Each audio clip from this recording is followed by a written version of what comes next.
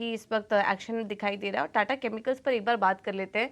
वहां पर हम देख रहे हैं कि लगातार तेजी बनी हुई है और आज भी देखिए स्टॉक करीब 6% ऊपर कारोबार कर रहा है। टाटा केमिकल्स का लगातार 3 दिनों से हमें स्टॉक में तेजी 11% ऊपर अब तो आ चुका है, 1300 के ऊपर अब ये स्टॉक कारोबार कर रहा है।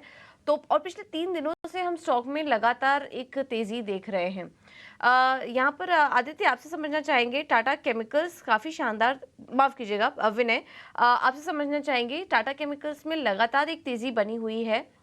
और जिन्होंने ट्रेडिंग के इसी के हफ्ते देखिए, ये हफ्ते का हम चार्ट दिखा रहे हैं आपको, अगर इसी हफ्ते केवल बात करें तो 35% ये स्टॉक अभी तक चल चुका है।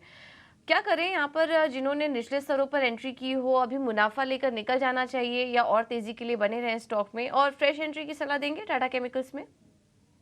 जी, तो फ्रेश एंट्री की तो सलाह नहीं दूँगा क्योंकि इस वीक की बात करें 4 सेशन हुए हैं इस वीक में और करीबन-करीबन मोर देन 35% स्टॉक में राइज़ आ चुका है। नो डाउट अभी भी मोमेंटम इंटैक्ट है। जिन्होंने नीचे के लेवल पे लिए हैं वो काफ़ी अच्छा ट्रेड है उनका डेफिनिटली, बट प्रॉफिट्स बुकिंग की कोई इंडिकेशन चार्ट्स पे नहीं मिल रही है। तो बेटर है इसको एक आप ट्रेलिंग स्टॉप लॉस के तौर पे होल्ड कीजिए। अभी जो नज़दीकी सपोर्ट है मुझे 1260 के करीबन दिख रहा है। तो आप ये एक स्टॉप लॉस रखिए, जो एक्जिस्टिंग लॉन्ग पोजीशन है 1260 का स्टॉप लॉस रखिए क्योंकि स्विंग्स इसकी काफ़ी बड़ी हैं।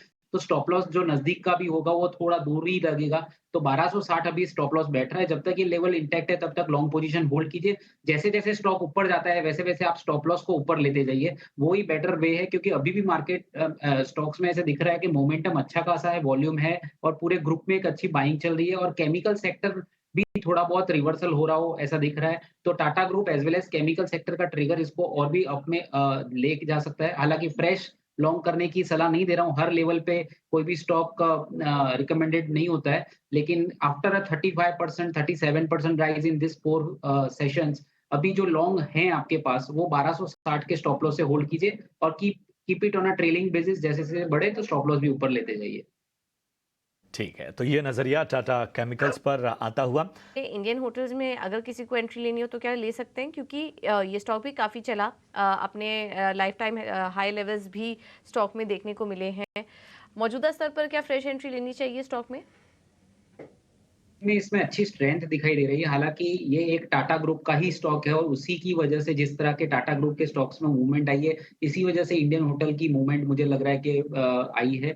और टेक्निकली प्राइमरी ट्रेंड तो पहले से ही पॉजिटिव था। पिछले 2 वीक से एक कंसोलिडेशन फेज़ में ये स्टॉक ट्रेड कर रहा है और अभी भी वो कंसोलिडेशन से बाहर नहीं आया है।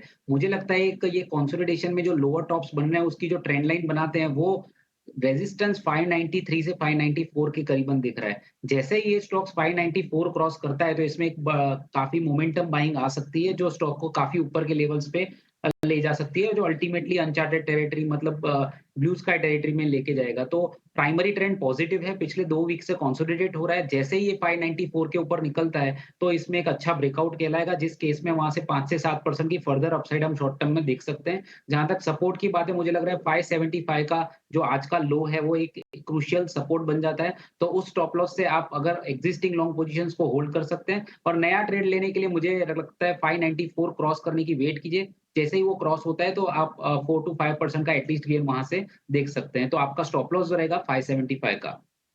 ठीक है, तो 575 के स्टॉप लॉस के साथ यहाँ पर होल्ड करने की सलाह आती हुई विनय जी की तरफ से। चलिए बढ़ते